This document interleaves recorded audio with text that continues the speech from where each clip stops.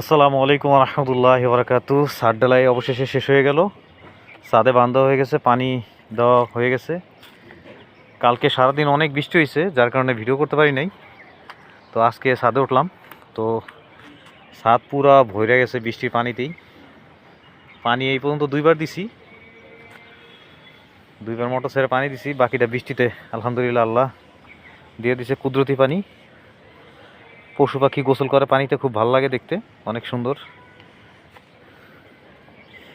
টিকা ঢালাই হয়ে গেছে, নেক্সট টাইমে কলমের কাজগুলো শুরু হয়ে যাবে ইনশাল্লাহ।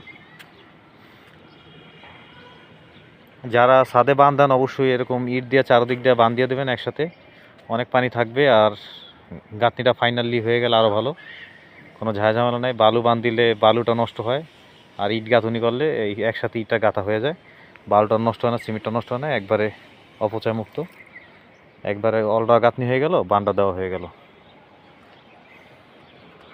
ধন্যবাদ সবাইকে ভিডিওটি দেখার জন্য। আসসালামু আলাইকুম রহমতুল্লাহ।